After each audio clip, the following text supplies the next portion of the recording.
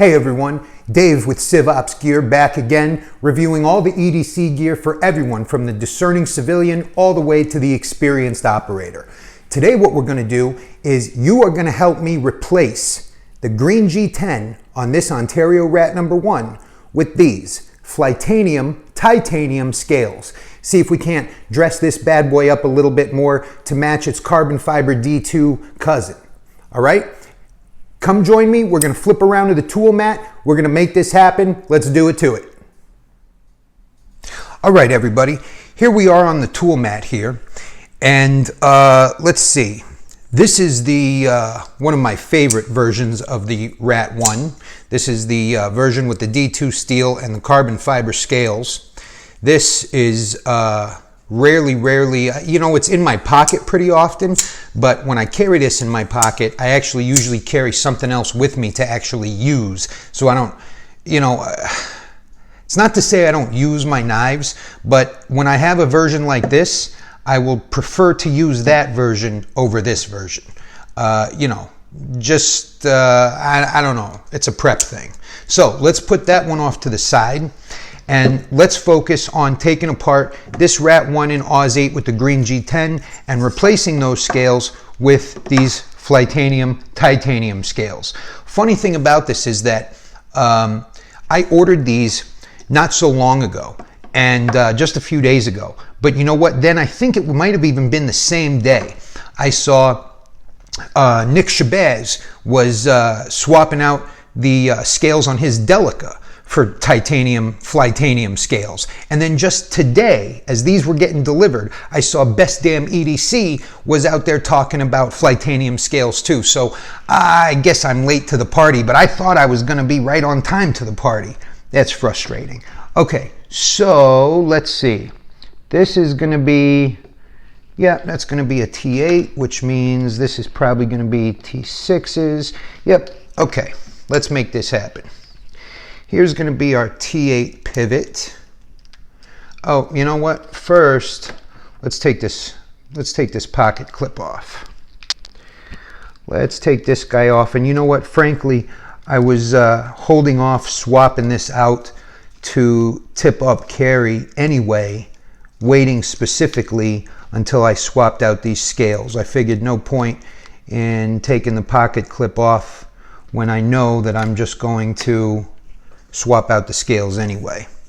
All right, let's take out our pivot with a T8 here.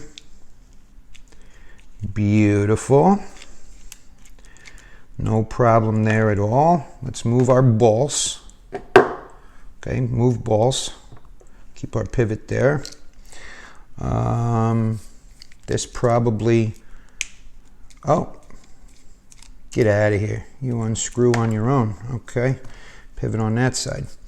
Okay, let's knock out these T6s.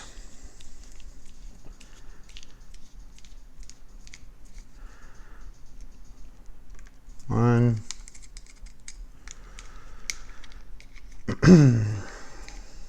Two. I'll tell you guys what, I had jury duty today, and you know, I showed up because I don't want to be one of those people who skimps out on my civic duty. But I'll tell you what, as soon as I told them about my career and what I do for work, they dismissed me for cause. I think the lawyers on both sides were like, get this guy all the way out of this courtroom. We don't want him in here at all. It was a civil case about a car accident, and I told them that in my younger days, before I worked in protection and law enforcement, I worked for a private investigator, and we had contracts with insurance companies.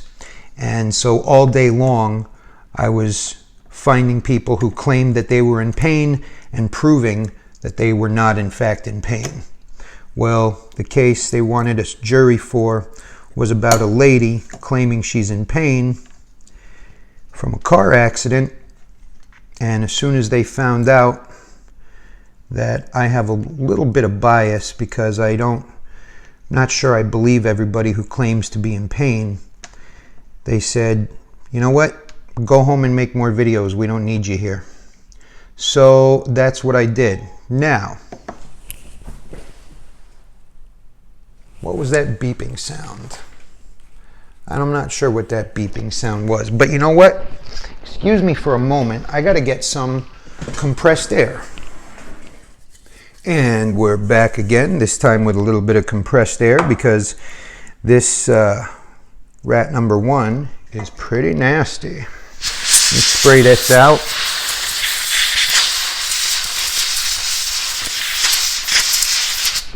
All right, pocket lint and dust be gone. Now, let's unscrew our back spacers here, our standoffs. You all went on that side screw, so let's swap you. We'll move our pocket clip. Move you up there with your screws, and then we will know exactly which side all of these came out of. Okay, that's better.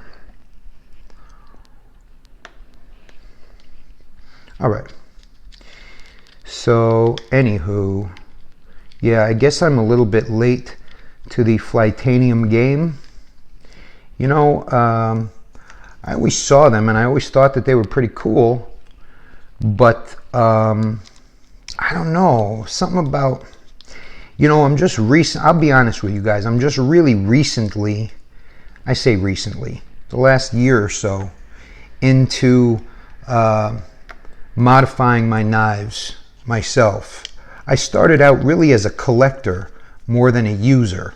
And so to me, it was all about buying the right knife and keeping it stock. Oh, look at that, that's interesting. Screw didn't come out of there, it just, all right, that'll work too. So anyway, to me it was about collecting, which meant specifically not modifying, and you know, to keep like resale value.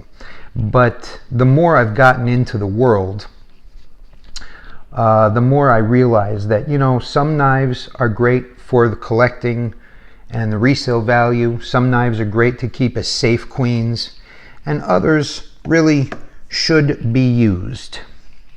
So, okay, green G10 scales are off. Let's move those out of the way. Let's spray off this liner a little bit.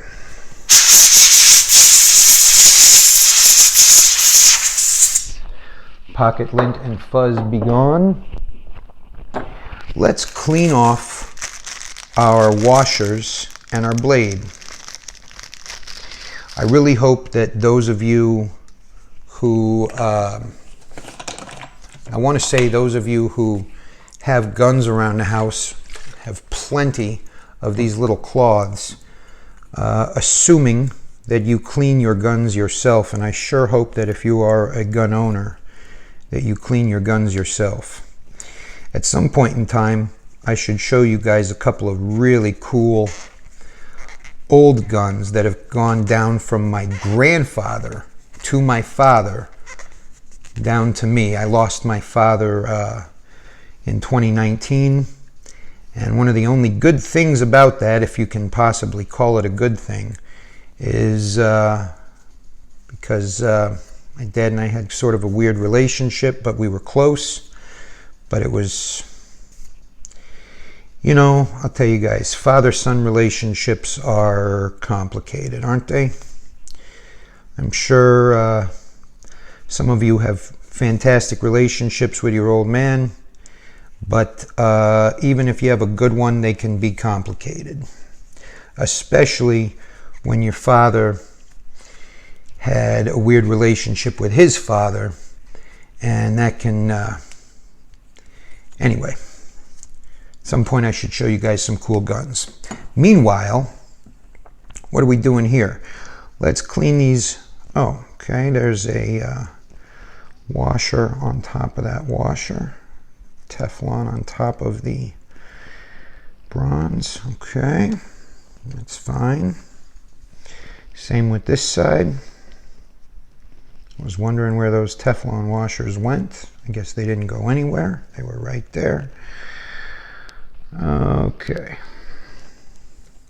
All right, we good to go here? Looks like we're probably good to go.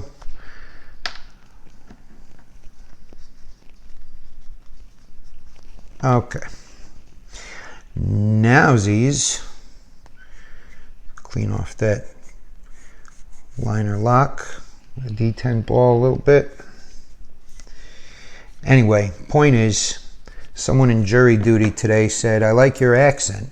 And I said, "What accent?" And they thought I was joking.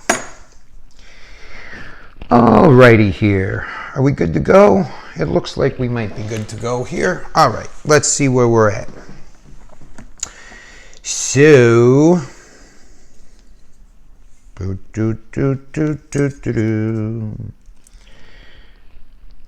yep. All right. So that's going to be that side.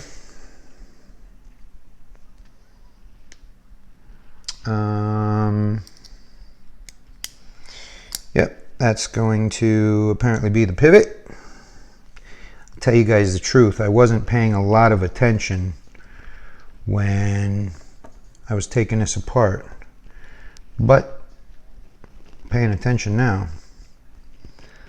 Put that on there. All right, now, you know what? I'll be honest with you guys.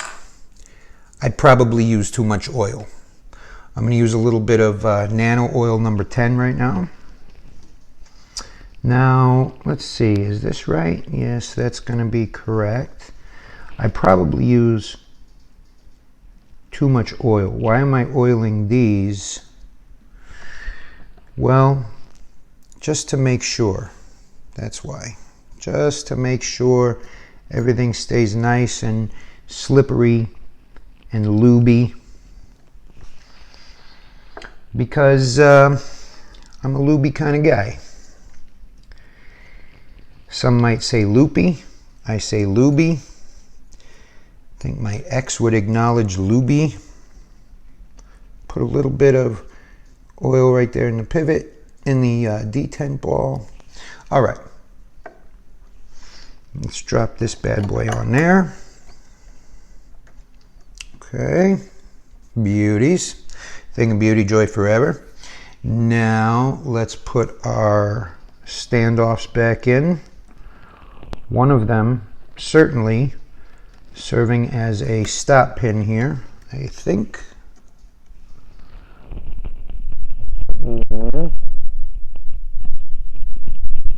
Go in there.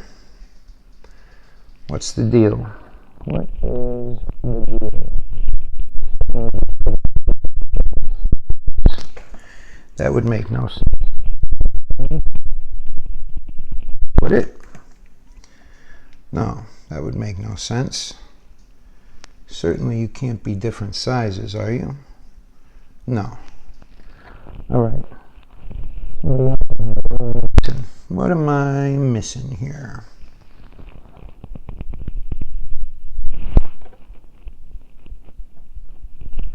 Is it? Huh. Interessante. Let's see here.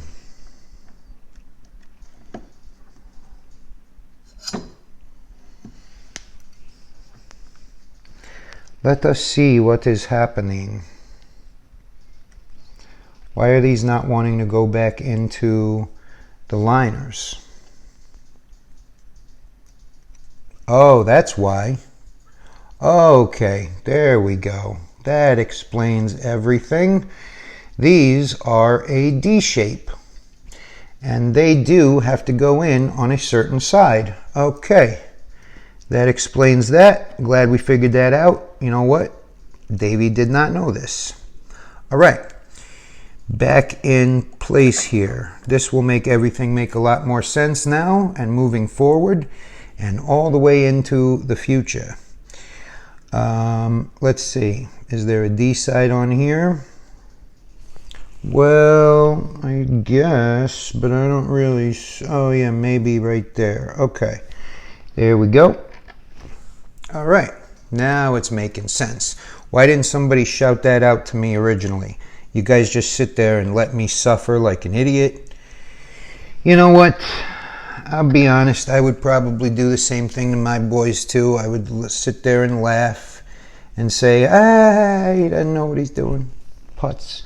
He's a putz.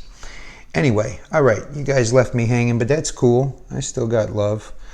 Let's see, where's the D side on this one? There it is right there. All right. All right, beautiful. Now, let's put a little bit more nano oil right here on our blade. And we'll put our washer on.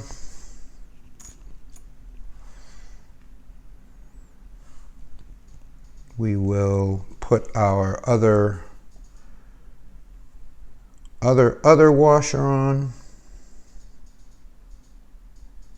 All right. There we go. Now, the next liner. All right, now see, this shouldn't have the same problem, and it doesn't. Beautiful. And now, look at that. Now we got a Fitski going on. Now we got a Fitski going on. All right, where's our T8? That's a 7. There's our T8. Let's, oh, look at the blue Loctite already on there. Okay, well, that's all right, no problem, fair enough. We will put a little bit of new Loctite on there. Boop, boop, boop. All right, let's see what happens now.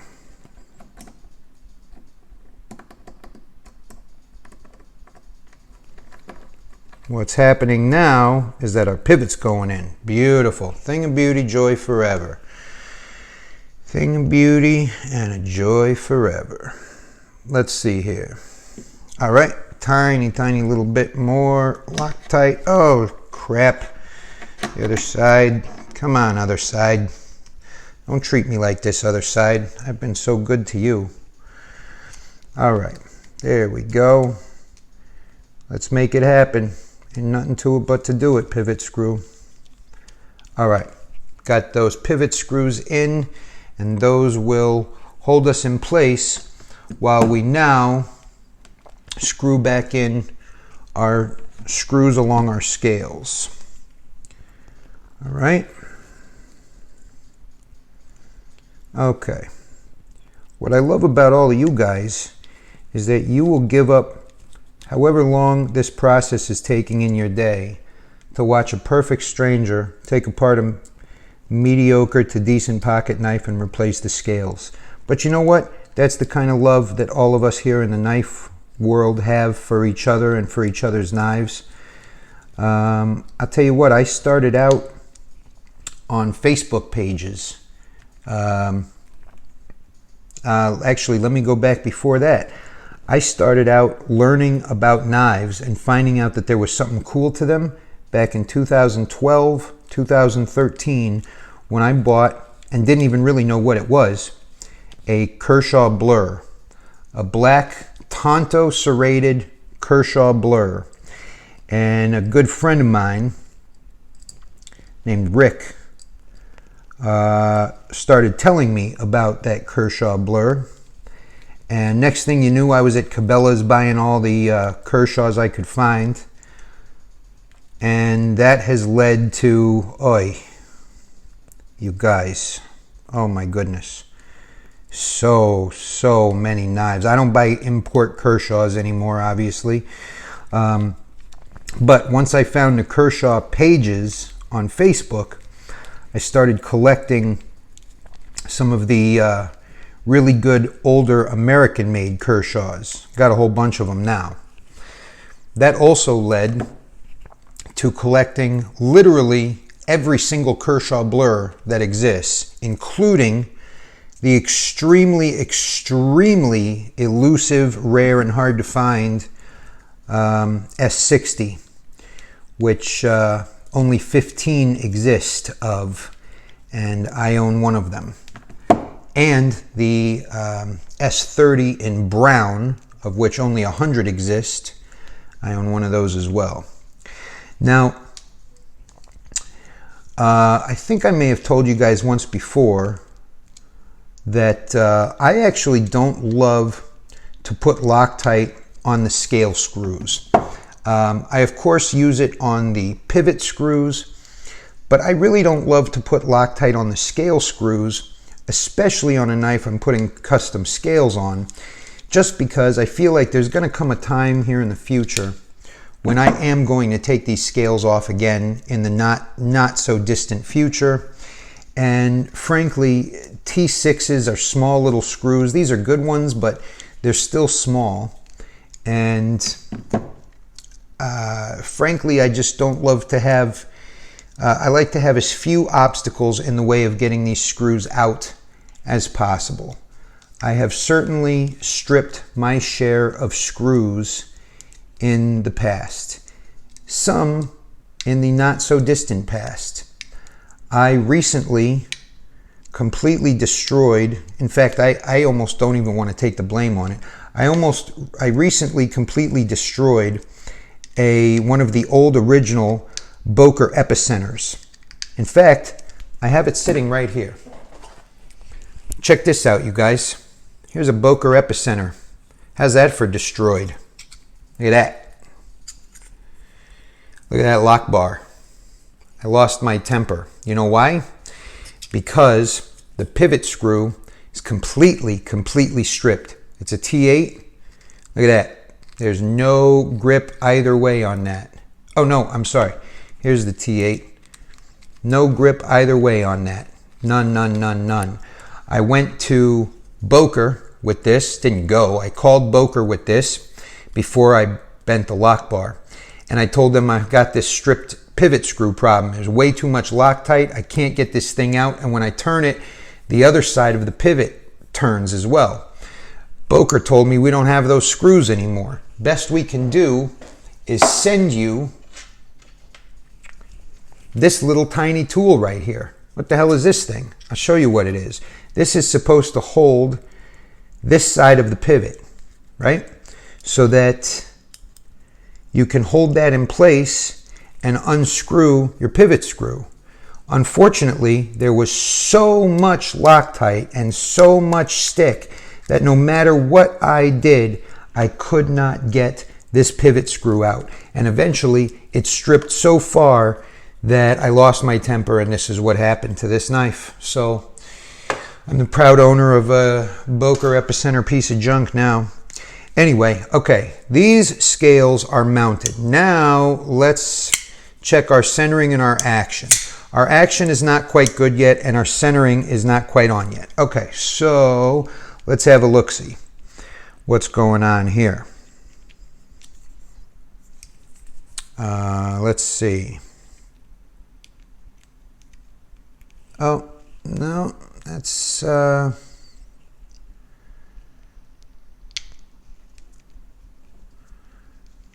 No, our centering is not quite on yet.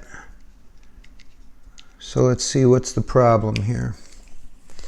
Let's unscrew both sides and see what the dealio is. All right, the action's good. There's maybe just the faintest hint of play. Certainly no up and down play, of course. There's the faintest little hint of play. Did I screw up my washers somehow? I don't believe so. Bronze washers are both against the blade. So what could the problem here be? Let's see. I wonder if some of the standoffs are too tight. If that's possible. Let's unscrew some standoffs a little bit and just see what happens here. Then we can tighten everything back down. Sometimes when the centering's off and there's only so much play to mess with in the main pivot screw, Davey gets confused. And all right, there's lots of give there now. So now let's try tightening this bad boy up and see what happens here. All right, that's completely tightened, and all that did really was push the blade harder against the show side. So what's the problem here? What is the issue that we are having? Because you know I don't like to be off center, and I certainly, boy, that action is nice, but look at all that play. All right, so what is the issue here? Something's going on with the washers inside. I can't tell what. So I'll be right back with you guys. Okay, welcome back. I think I basically solved the problem here. In taking off the show side again, it came to my attention as I was squeezing the pivot that even though it felt screwed down, there was some sort of something was not fully pinched together here. I'm not sure why, but I largely solved the problem. We still might be favoring the show side a little bit, but we're more centered. The action feels phenomenal. There is no sense of blade play at all, certainly not up and down, side to side, nothing. And the action feels good. What a flippy knife.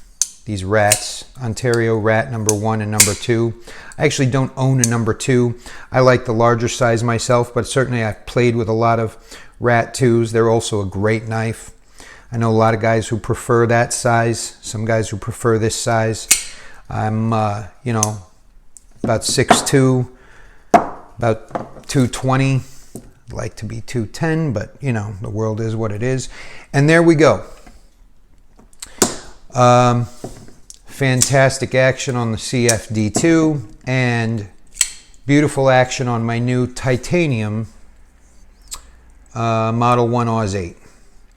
Now that I've got titanium scales, now I feel like I want a better blade, although that defeats the entire point of buying the Flytanium scales. If I wanted a better blade, I'd have to go find a version that is already titanium, yada, yada, yada. Anyway, you see my dilemma. So now, last step is to remount our pocket clip. Oh, you know what? And now that I've got titanium scales, now I really want a matching titanium clip. But again, you know, much with my being 220 instead of 210, the world is what it is. I wouldn't be surprised if Flytanium actually makes a titanium clip to go with their scales, but alas, I did not buy that. Nor did I see it immediately or readily available when I was buying these scales. If I had seen it, I would probably have gotten it. But is what it is. So pocket clip is good to go. Knife is good to go. Yeah, you know what? The centering's not bad. It is favoring the show side a little bit, but not in any sort of a bad way. The action is still phenomenal. It's not like it's touching the liner or anything like that, not even close. So I'm happy. If I could just get my thumb to work. All right, blade's cleaned up. I might want to throw that on a sharpener. Lockup looks good. That thing is flippy. All right, the scales fit perfectly. Good job, Flytanium, with your titanium, Flytanium. Excellent work. Now I'm much happier. Now I have a CF and a titanium instead of these kind of weird green G10 bad boys. I'll be happy to throw these into a drawer and probably at some point in the future put those back on, but you never know. What a great action. All right, thank you everybody for your help. I'm glad we made it through that, and I will see you again on the next. Oh, you know what? Let me tell you what's coming up, because I got it sitting right here. Check this out. The AGA Campolin. Boop. What do you think of that bad boy? Tune in for the next CivOps gear review, where I'm going to let you guys play with this. See you guys next time.